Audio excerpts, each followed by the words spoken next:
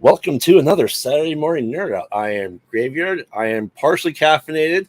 I had breakfast. It's after morning for me, but besides this point, I'm so glad that everyone here. Hey, to the chat, say Wong, Phil working, Mezzo, who's joining me momentarily, and Thomas. How you all doing this morning? Hope you're all doing good for this Saturday morning nerd out.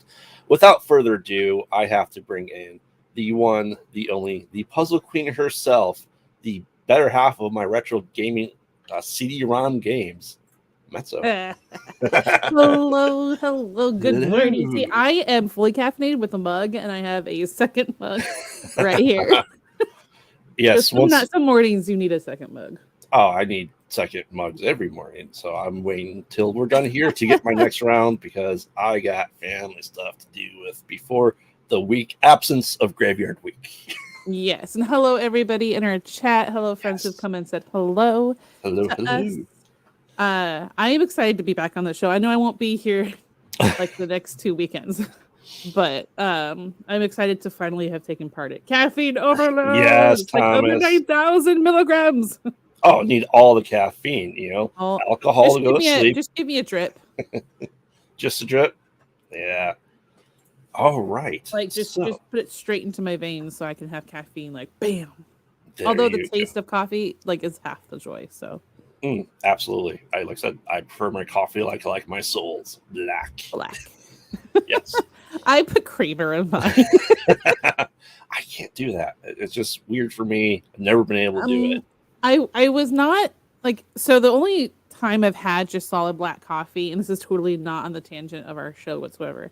I did a haunted house at a amusement park I was working at, and I got punched in the face, and so my throat was bothering me from the fog and the smoke lights they use, whatever. And so they gave me some black coffee, and it was the best thing I ever tasted in that moment. And then I went to have black coffee again, and I was like, ew. And then I went and visited family, and someone made me hazelnut coffee, vanilla hazelnut, and I just fell in love with the taste. And so vanilla hazelnut creamer. There you go. Yeah, for me, it was starting to work in Chicago 18 years ago after that. And they're like, oh, you need coffee every morning. I'm like, I can get up at 4. I'm fine. And after 3 years, I'm like, tried coffee. I'm like, okay. And that's been since history.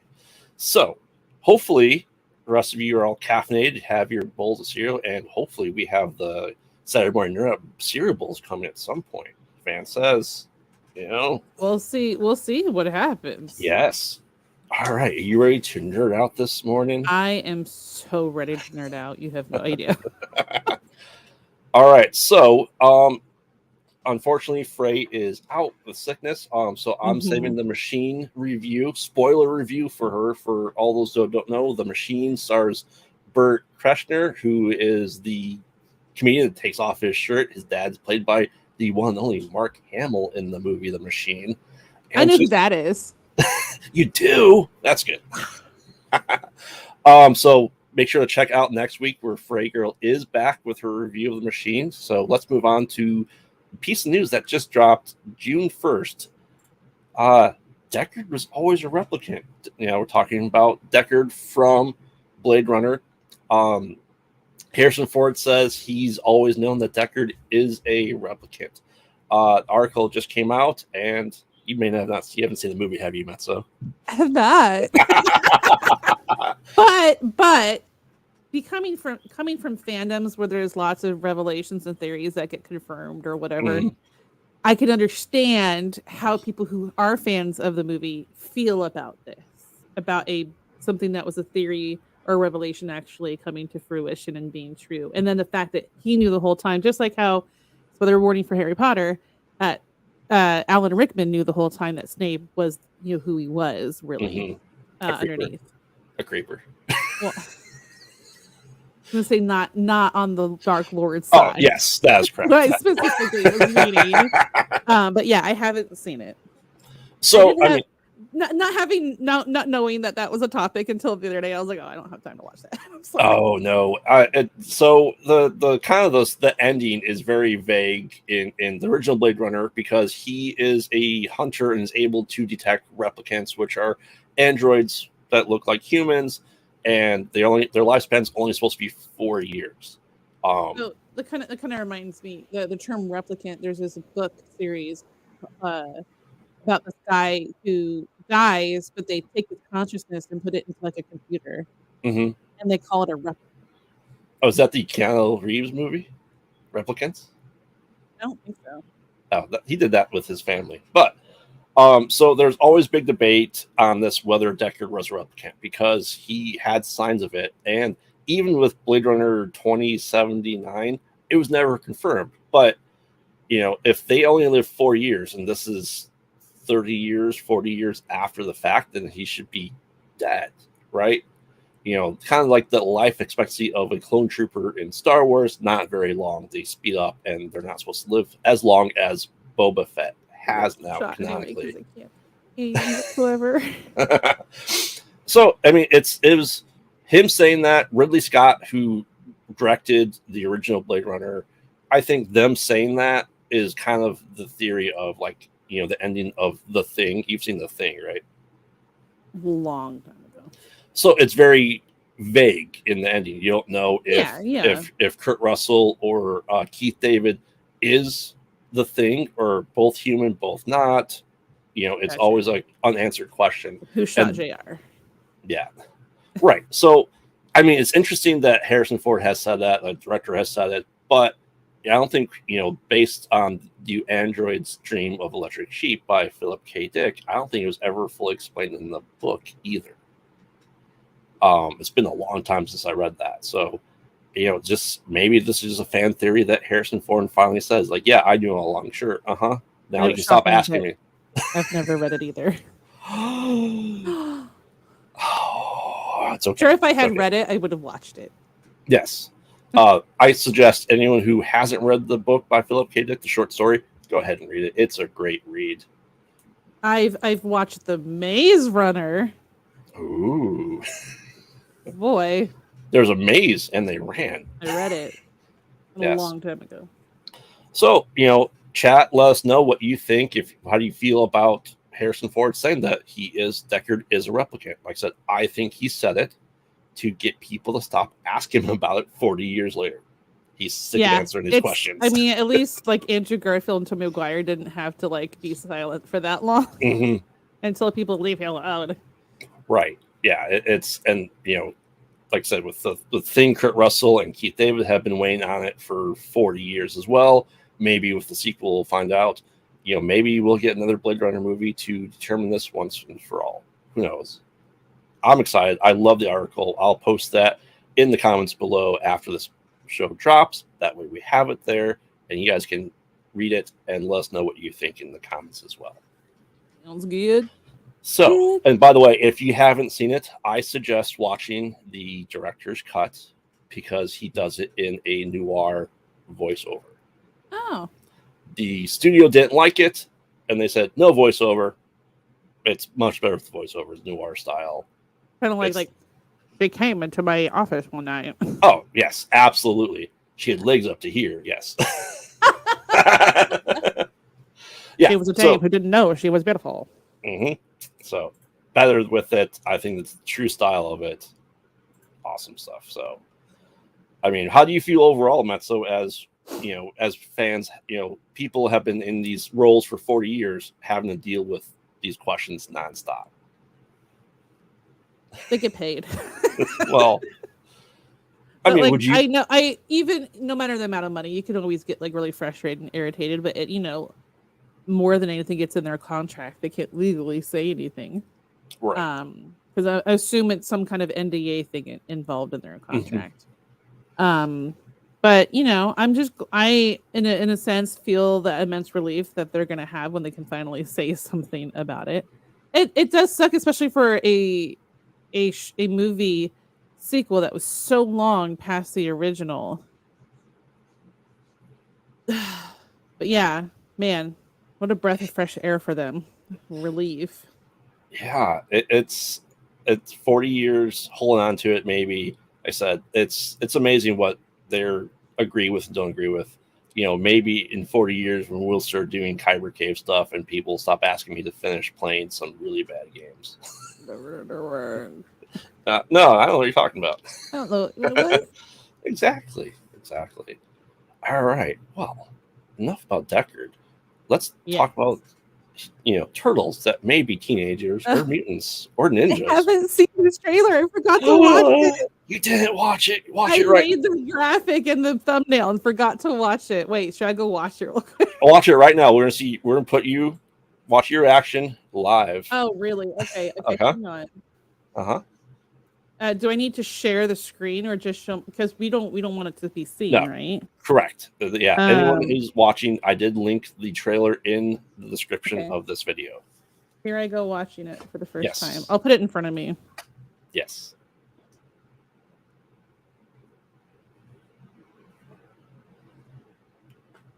So watch it with us, folks. Oh, that's interesting animation.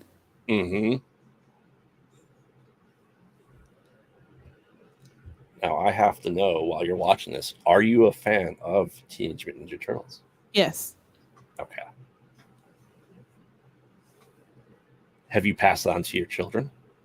Wait, what? Have you passed the love of TMNT to your kids? No. No. My children, I'll explain after the video. But more than anything, they aren't big TV show movie people, which sucks because my husband and I are huge movie people. But they tend to say they're too long. All right, let me finish. Yes.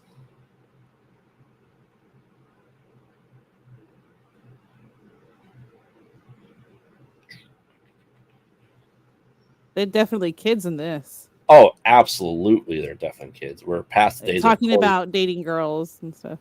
Mm-hmm. Oh gosh, squeaky voices. Yeah. I want to hear your thoughts on this. The texture of a lot of the animation reminds me of Paint. Mm-hmm. Yeah, a lot of it looks like, Into the Spider-Verse or Across the Spider-Verse-ish. Yeah, like the frames per second reminds me of Into the Spider-Verse.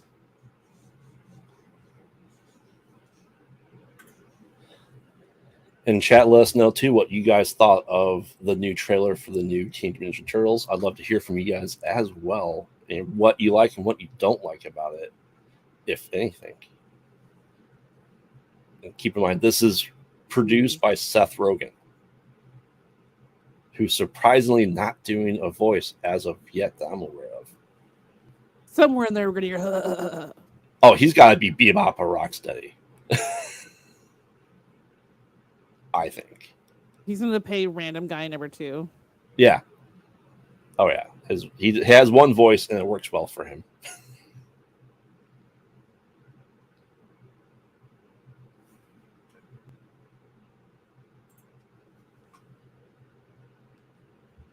So I'm trying to figure... problem. It's not a problem. I use it for good. Yes, absolutely.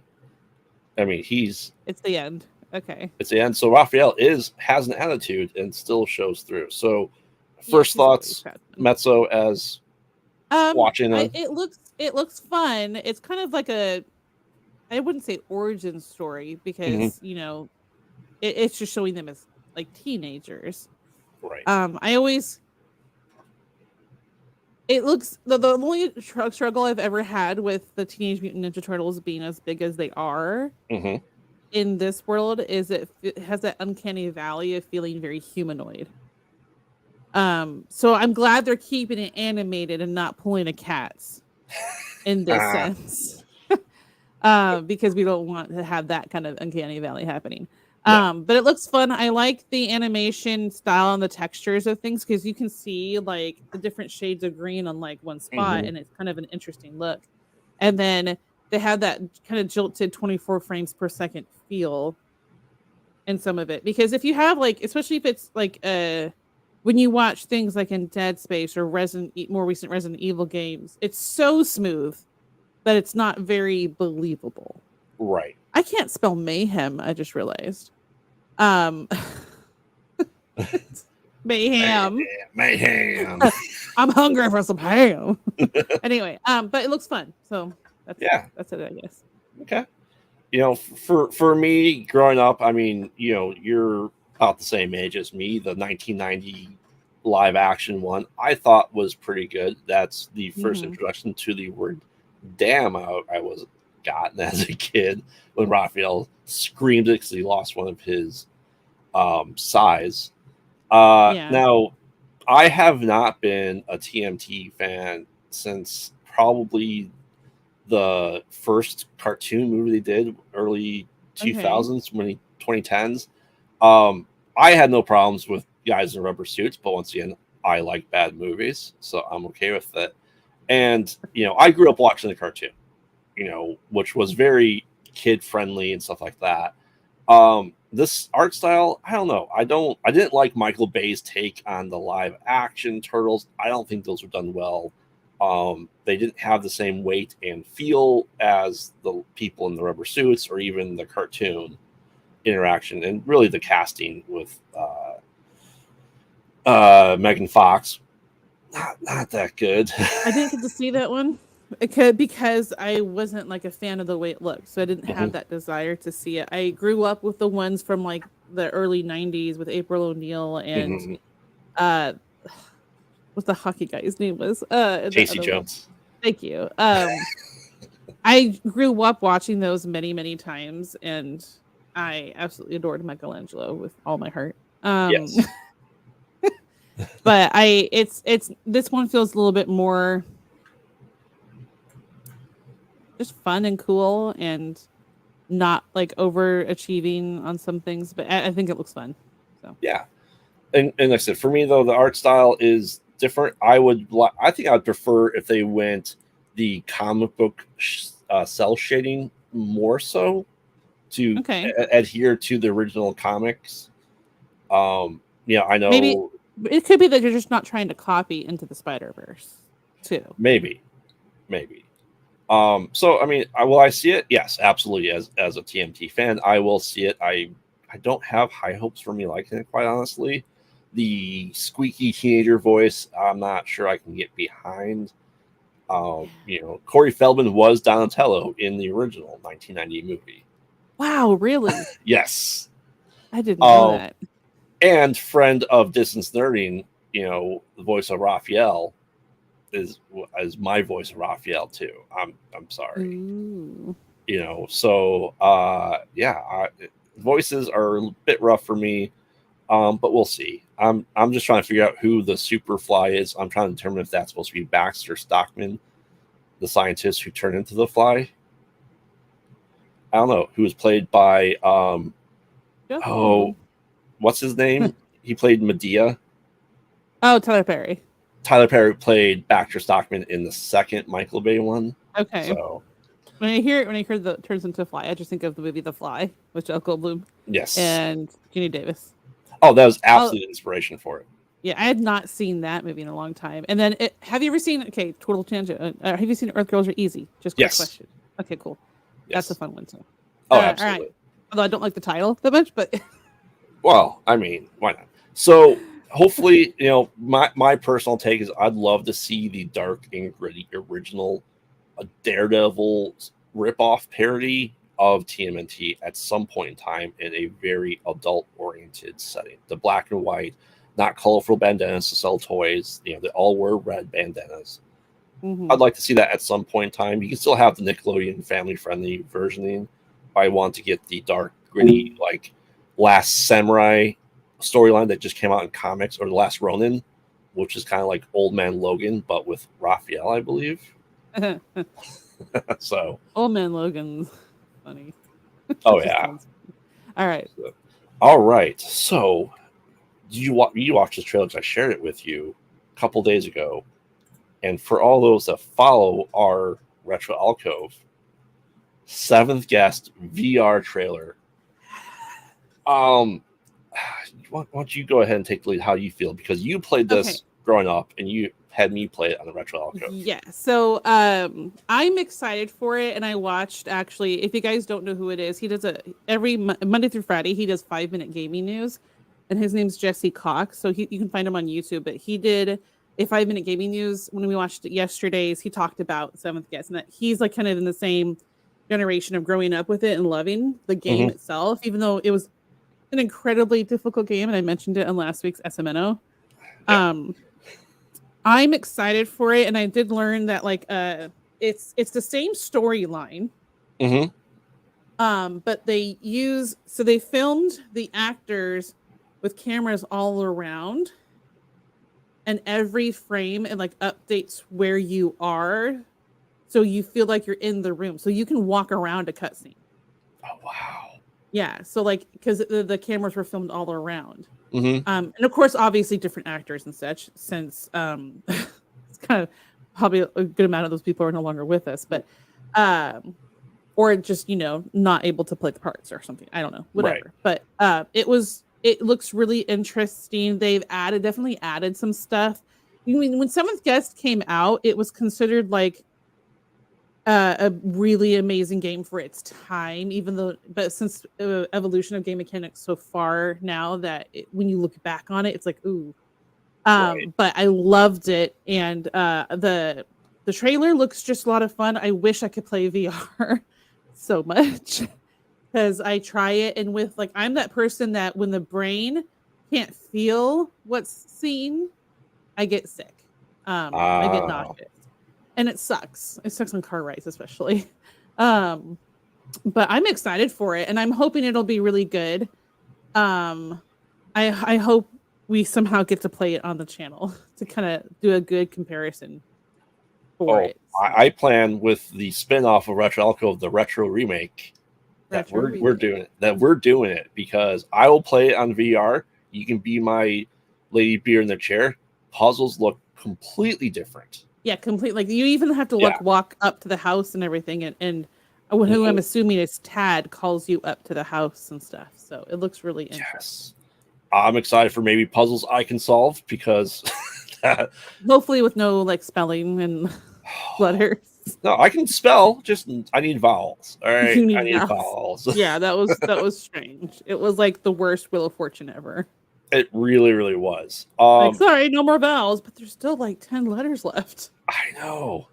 So I said, anyone who hasn't seen me playing through Retro Alcove with my lady beard in the chair right here in Mezzo, make sure to check that out, and make sure to check us out. Let's say holiday 2023 ish. I can't remember when it said it was coming out. Winter 2023. Okay, I'm very excited for it. Yeah. So. Yeah, we're doing a retro remake. Forza and I just recorded one at the time of this show live. Right, we did one last evening of Night Trap, which is dropping in 2 weeks, the remake for the Switch. So I'm hoping we can do more stuff like this with the Retro Alcove, so we can play old games, but new versions and graphics and stuff like that. Let us know if that's something you guys are interested in. We will be playing this through pre-recorded, Mezzo and I. One thing I do have to say, Staff sounds exactly like the guy. Yes. It's so they may have remastered the audio. I'm not sure, but like it feels like it's the Dead Space for the point second community. Yes, like a remake of the game, essentially, not remaster but remake is when they change things and whatnot. And what's surprising for me is that when we were doing this for Retro Alcove, that we started playing like a week after what would have been the 30th anniversary because it came out in Yeah, January it of was like 93. perfect timing. Yeah. So why didn't this come out for the 30th? I think it would have made more sense. Yeah, I think it probably would have made more sense, but it's possible they just knew it wasn't ready yet for it to come out that early. And I appreciate when a studio prefers to wait until their game is actually like ready before putting it out, unless they specifically, because they'll just throw it out and say early access, so people Right. expect the bugs. Yes. But give you a taste of the game, so you'll buy it, and they'll use that money to finish the game. Right. But yeah. So let me ask you this: as you played through Myst, the remake, essentially, right? The remaster of it, and we're doing Riven as well. Do you want to see those in VR?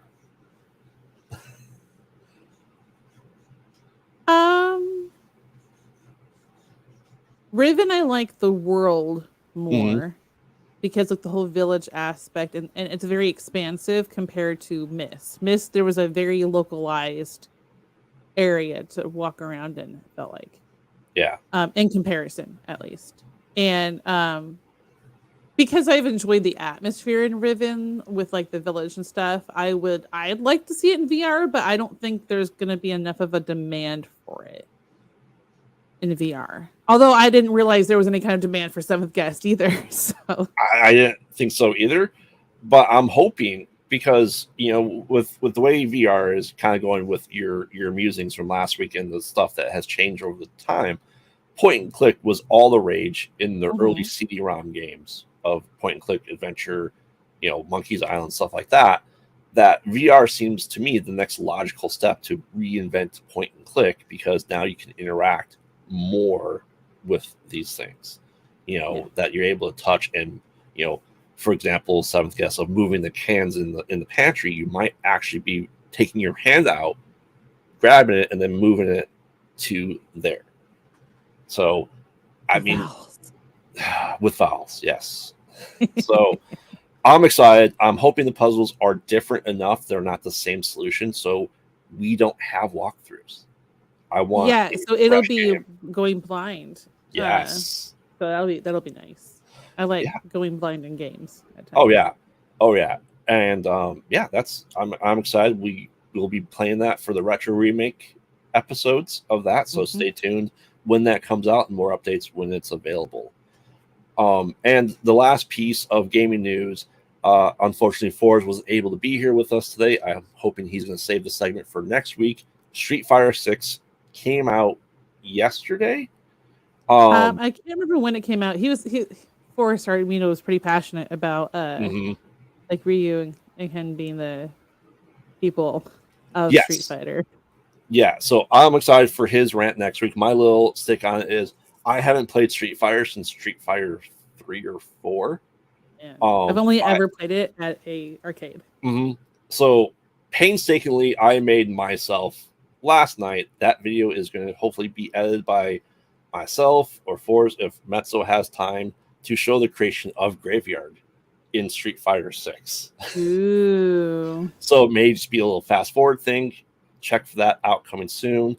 My only gripe with it, I think might be Forrest's gripe, is we are old school. We like the cartoon style versioning of Street Fighter versus this is built on the real engine.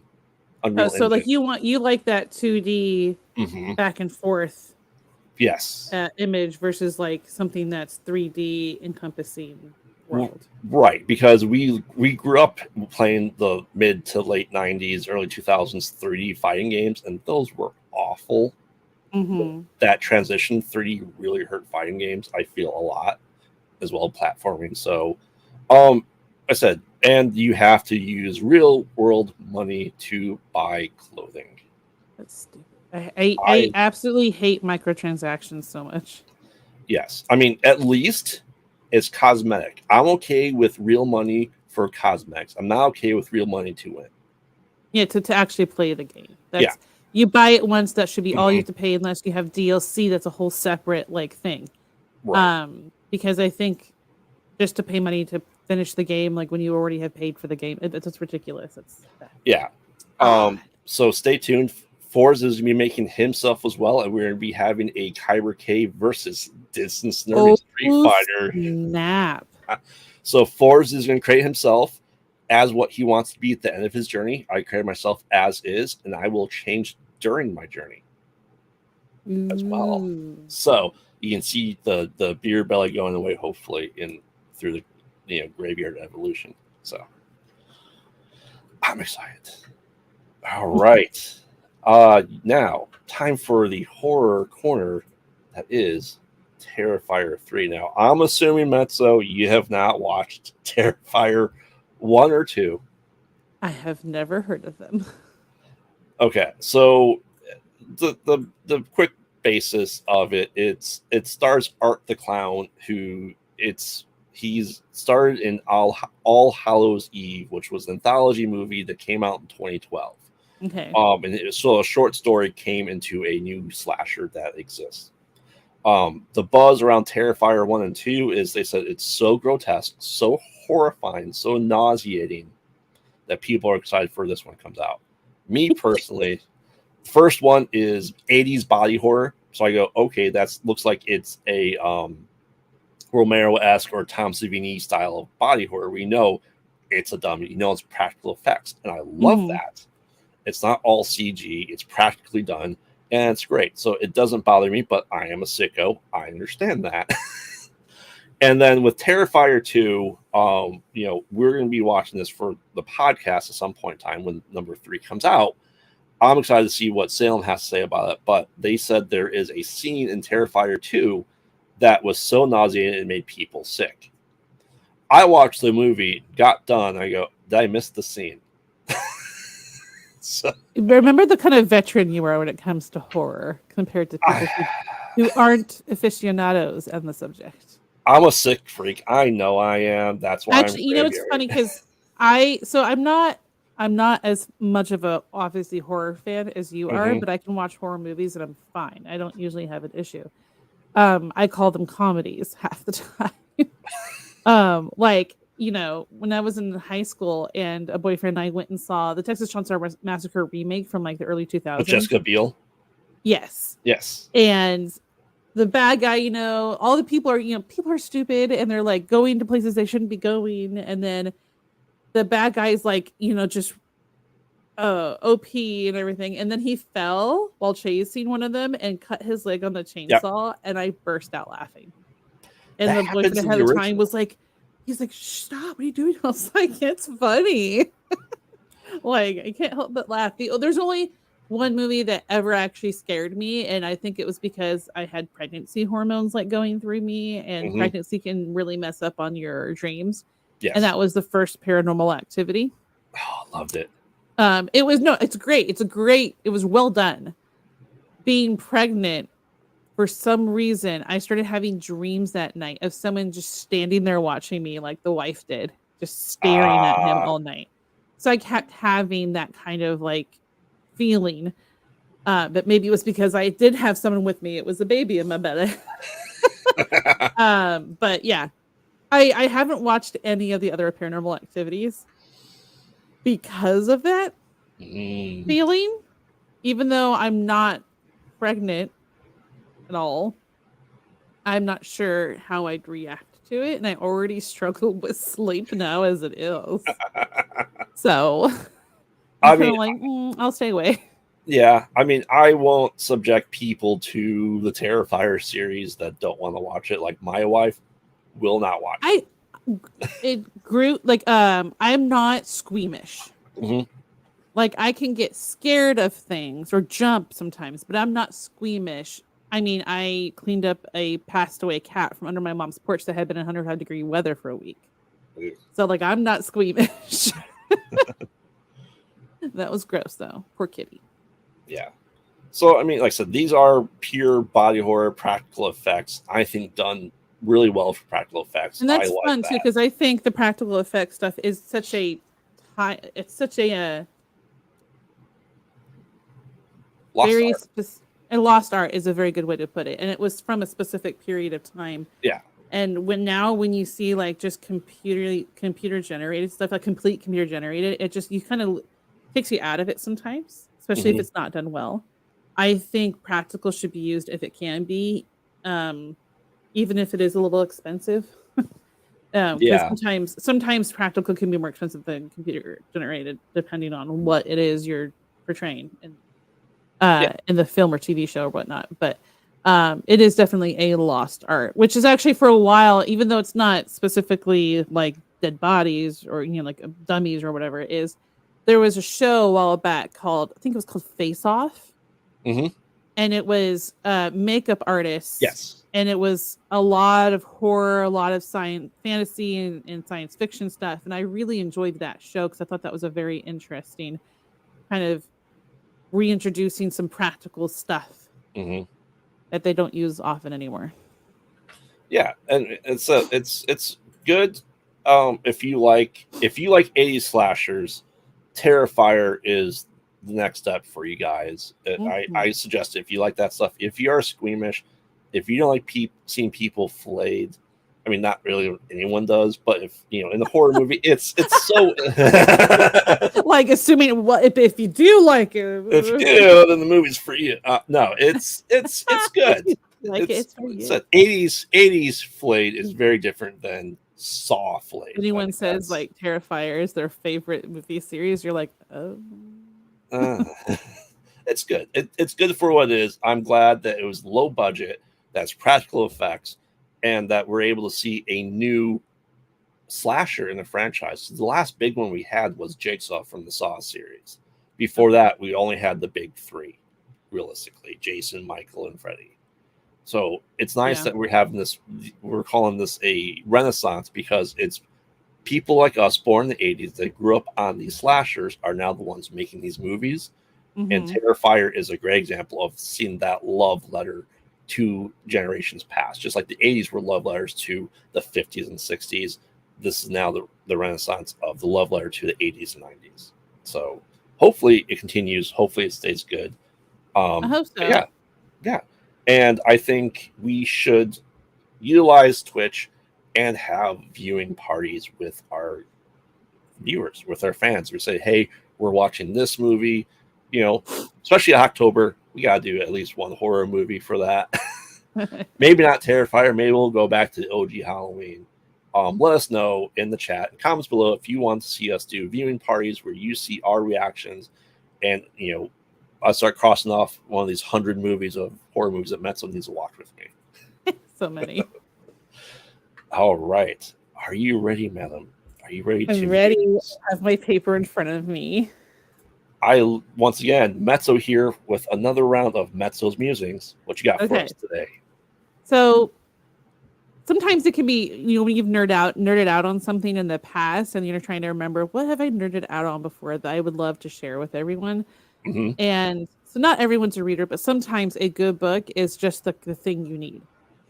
So I actually didn't enjoy reading until I was a senior in high school. I started working a job with a fair amount of downtime and a commute that left me time to read. I was not driving at the time. My sister and I would have the same schedule and I would just be in the car. And I have to hold it up like this to read, not get sick. I started to pick up books in a safe way while waiting for the Starbucks inside my frap to be ready, on the way to work. And so there would be stands with books in it. And I would just pick up and kind of look, okay, that looks interesting. And since then I've read so many more books than I imagined I would read for someone like me, who when I was younger did not really care about books that much. But today I've chosen a specific series to hype you up about, all of you. Who is, do you know who I'm going to do it on? No. No? Who is Harry Dresden? Yes, I'm speaking of the Dresden Files series. Yes. If you want a good detective story mixed in with magic, this is the series for you. Harry is a private eye in the Chicago area who happens to also be a wizard. You're a wizard, Harry. Yes. He takes on cases that have caused disturbances in modern day Chicago. And during these cases, he's taken on journeys one could not even imagine, different dimensions across supernatural planes, with some that are downright scary. There's you learn about different things in the world that he's got going out, the ins and outs of it, and the daring escapes he makes. And there's 17 novels plus short stories, and you can find out about the monsters and ghouls in the world. and the ones that lurk beneath the surface of our world. And you learn, you kind of like how there's a Ministry of Magic in Harry Potter. In this, there's the White Council, Yes. and you learn about the different like types of vampires and such. And Jim Butcher, the author, takes the readers like on a wild and action-filled ride with Harry. He's built like a world in wizardry that it's gritty and dirty in Chicago. Oh, Like you meet absolutely. crime bosses, the vampires, like different factions of vampires, ghosts. I wrote angles, but I meant angels. Yes, Michael In lore. and the crosses, Yes, swords of the the crosses. Knights of the Cross, kind of a Yes. thing. The angels, which whenever just like in Supernatural, when they had like angels of the Lord thing, that whole part of it, like how does that work specifically? But I'm the kind of person that like wants to know everything. Mm-hmm. And then, but I am the kind of viewer or reader as well that doesn't mind something vague enough to get your mind going too. And then so don't let the large amount of like novels in the series kind of scare you away from it, because it does go by pretty quick. You can right now you can get the first novel. It's Stormfront is the first one. It was Yes. written 23 years ago, Yeah, around there. It came 2000, out. 2001. Okay, Yeah. so it came out 22 years ago, and it's a really good series. You can actually either get it on like a paperback or hardback, but you can also get it in Audible to listen to the audiobook, which is performed by James Marsters, for those who Spike. don't know. Yeah, as Spike from Buffy the Vampire Slayer and Angel. He was also Brainiac in the Smallville series. Oh, If anyone didn't realize that. I didn't realize that. I know that because I like James Marsters. And I was like very excited that he was on it. So yeah, it was a very good series. It's very, I know, it's just a good, there's not very many magic series that like you really enjoy and feel that the magic portrayed in it is like organic enough Mm-hmm. for you to feel like that's part of it. But this one like talks about using natural forces and stuff like that.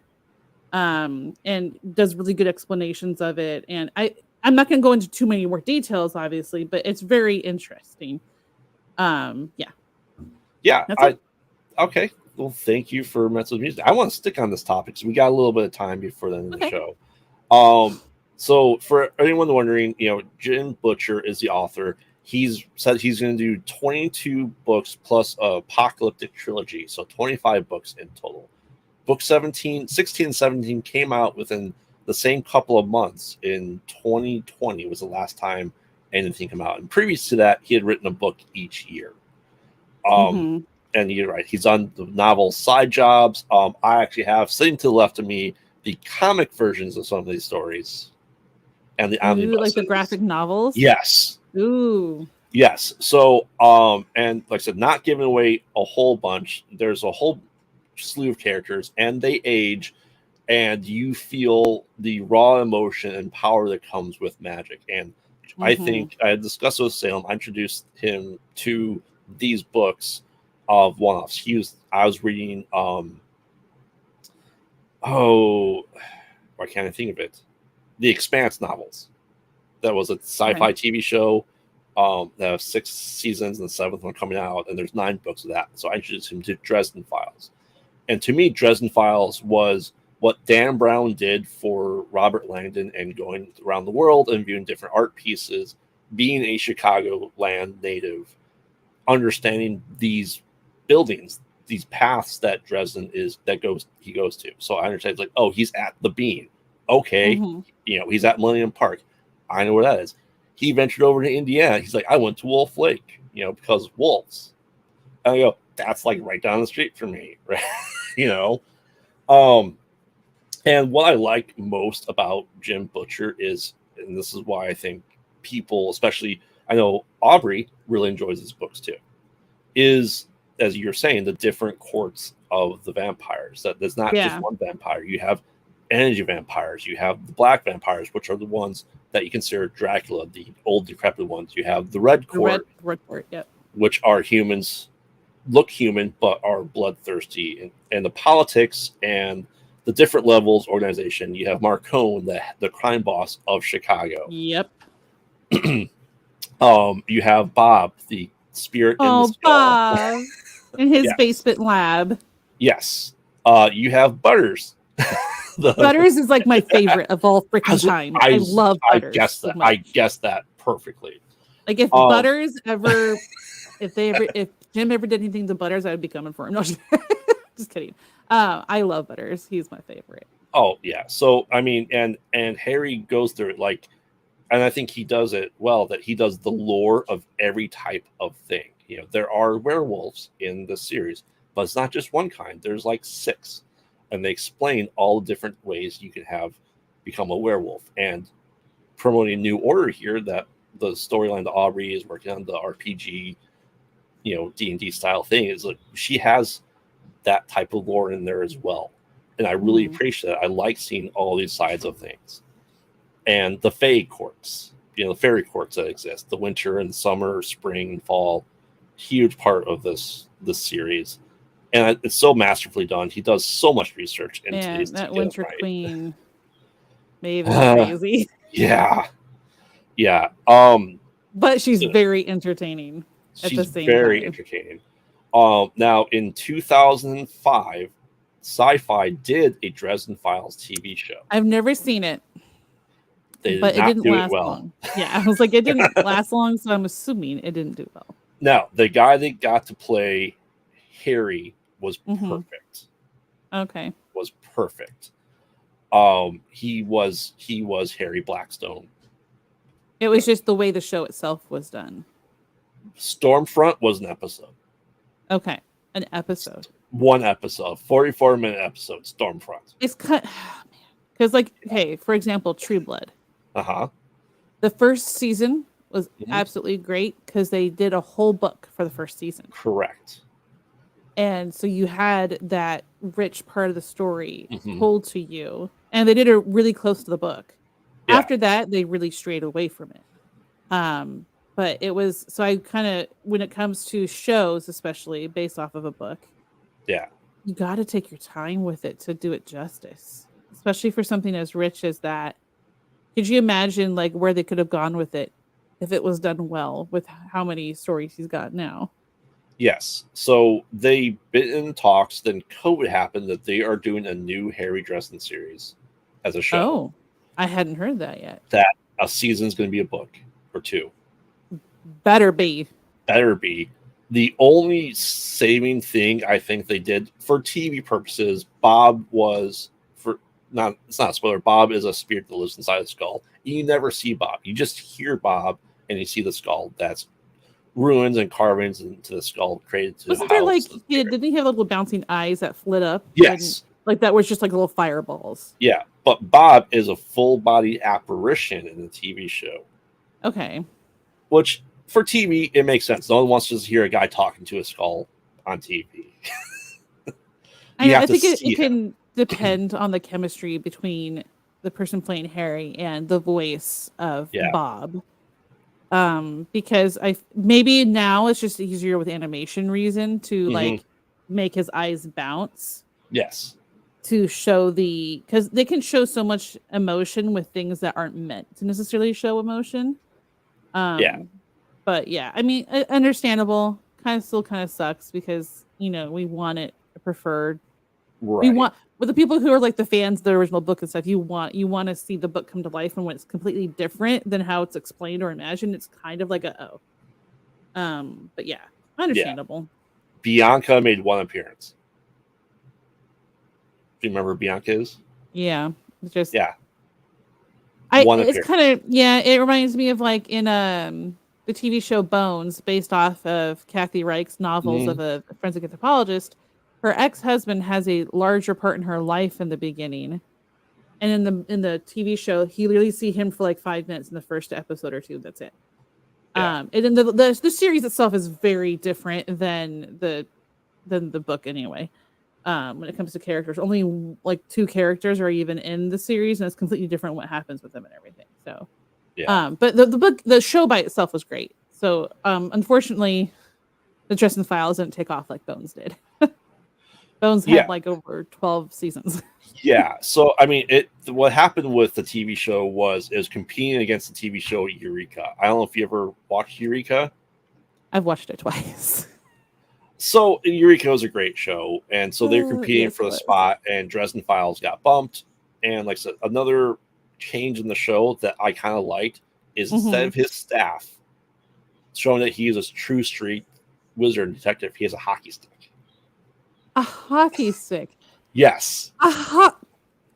That's interesting thought there. It is. It worked. It worked I mean, well. I've never seen it, so I'd have to like watch it, but like it's very interesting, like interpretation of Yes. to change it up a little bit. That's interesting. Yeah. So Can you imagine for Zorik? right. And kind of one last quick comparison I want to make, especially to Harry Potter. So anyone who thinks this is kind of like Harry Potter, yeah, the first Harry Potter book came out 4 years before the first Dresden did. It's nothing like it. No. So what I like from the magical standpoint is it's not the word that is used, it is the meaning behind the word. And he just happens to use Latin. Yeah. For his attack. Just like in Harry Potter. But yeah. In Harry Potter it was like, oh, you say the word, something happens. There's a point in Harry Potter where you don't have to say the words, where the magic just kind of happens because of the intention. So it has that kind of same thought in it, but in Dresden Files, it's much more pertinent to spell your intention behind it and your focus. Yes. And it, just like when you want anything with, especially with this one too, it's like, it taxes you and takes your focus, and it's like your mana is draining. So it's very true to that thought of it. And Harry Potter was like, oh, you can cast as many spells as you want. The only thing that's tiring is doing it fast. This doesn't have to do with like the concentration of the magic itself. Yeah. So yeah, Harry Potter is more about playing with your wand. It's a children's show. I know, but like I said, and what, like I said, Dresden gets into it is the reason why you have wands, why you have staff, is the focal point for the spell. Yes. You can so do it's it like, without it. Imagine a powerful source of water just spraying out versus a place that it just comes out here. It's focused. Right. Yeah. So it's kind of like you bottleneck the power so that it's more focused in one place versus like just plain wind or whatever anywhere. Right. So yeah, I mean, I think I tried talking to my wife into reading these books because she likes all the lore and stuff that goes with that. I'm like, this is I don't want to say adult Harry Potter, but it is an adult Harry Potter. Yeah, it's a, like I said, it was gritty. It's dirty. You kind of get in like just how Andor feels like it's a more dirty, gritty version of Star Wars. And the Dresden Files was introduced to me by my husband, and when he likes a series and introduces me to it, I try to catch up to where he is so that he and I can continue it then together. So I caught up, and now we'll listen to the book in the car, like when it comes out. Yes. Right now we're doing Roadkill, which is interesting. We're doing 2 different books, actually. Roadkill is about a group of friends that, one guy is like driving a truck doing a delivery for a job he has and hits something invisible and actually finds like an alien, basically. Interesting. Because he hit it. So that's why it's called Roadkill. And then the other one is Ready Player 2. Okay. Yeah. So did we finish Ready Player 2? I can't remember. I don't know. So I think, and we discussed this before, and once again, chat, let us know, comment below. Yes, if you want to see Kyber Cave Book Club, where we will introduce a book, and I think we should go through series like the Dresden Files and just record our reactions to it for people to watch and get people involved to want to read it too. Let us know. And thank you, Mezzo, for this music. You're welcome. I love Dresden Files no end. It's nice to hear other people really enjoy it too. Yeah, it is funny too when you realize like we've known each other a little while, and to not realize that we had both liked it for oh so long. When you don't realize, oh you like it too. We're besties now. Yeah. So like I said, and yeah, I can't promote this book series well enough. It has everything for anyone. If you like the TV show Supernatural, it has that supernatural feel to it as well. If you like Harry Potter, it has the Harry Potter feel to it. You like the landmarks, you like all the lore that comes with all these different supernatural forces, get into it. It really is an all-around good series. You're caught up with it, right? Oh yeah. Without spoiling it, how do you feel about the emotional pain of the last one? Because it was literally especially when you've been with the character for so long, you care about Harry. Right. You know, he's not perfect. He's far from perfect. No. But you have a hero that you relate with because the fact that he's not perfect, because none of us are. And the pain that he went through on that one hurt. Like, I felt anguish for him. But like we said, it's the adult version of Harry Potter, and Harry had people in Harry Potter died, and it's it's good writing. Yeah. When you feel that strongly about something, because it made you care, and then having something like that happen, and then you like hurt, and I'm like, okay, the writer made me feel things. It's good writing. I didn't want it to happen, but it was good writing. Like, have you seen the Angel series? No. Okay, I don't want to spoil that. My wife watches all the time. Two characters that you really wanted to see get together, they finally do. One of them bites the dust. Like very soon after. Like, it was literally seasons of waiting for that moment. They're together, awesome, everything's great. Bam, one of them dies. And it's like, you gotta do that. Yeah. You gotta the writer at the time was Joss Whedon, I believe. Yes. But he was very good, despite the issues that he's had legally lately. He was very good at writing, making you happy, and then stealing it from you when you didn't expect it, and killing people.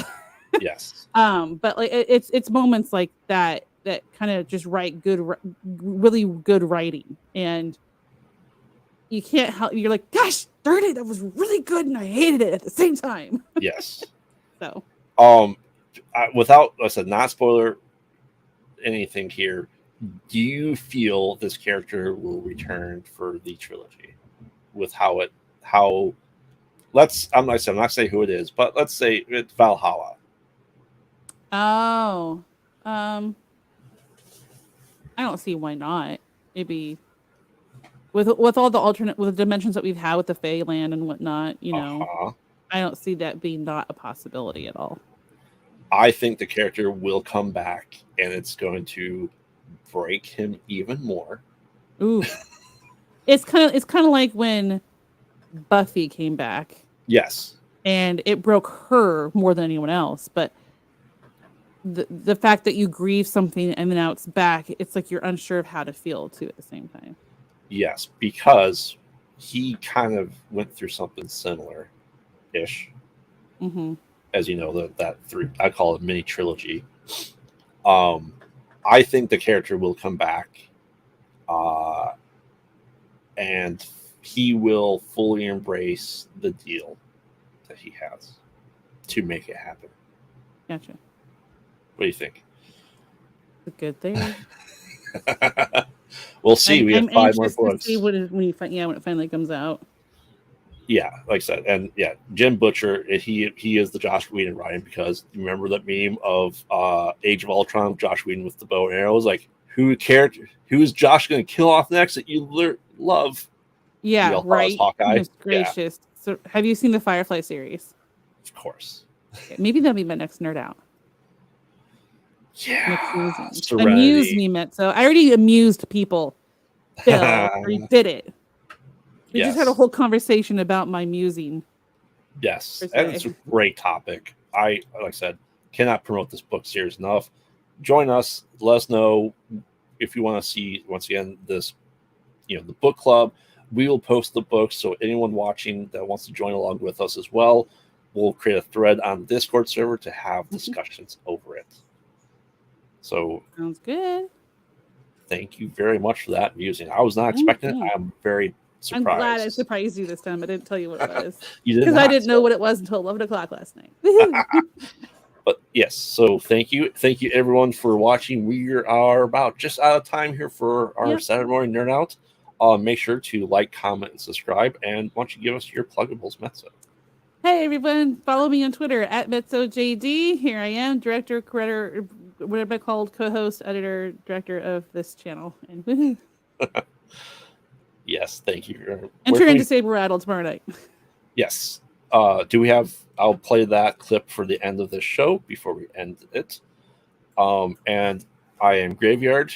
I will be out next week. I am disappearing for an entire week to whereabouts unknown. But everything is still happening over at Kyber Cave. The brackets are still happening. This is Nerd. I gave them the brackets, and Frey will be leading host for Saturday Morning Nerd Out next week. So make sure to check that out and continue with the support. We love all our cavers to all listeners, splunkers. Thank you for joining us, and you all have a good Saturday morning. Until then, don't be afraid to nerd out. See you next time.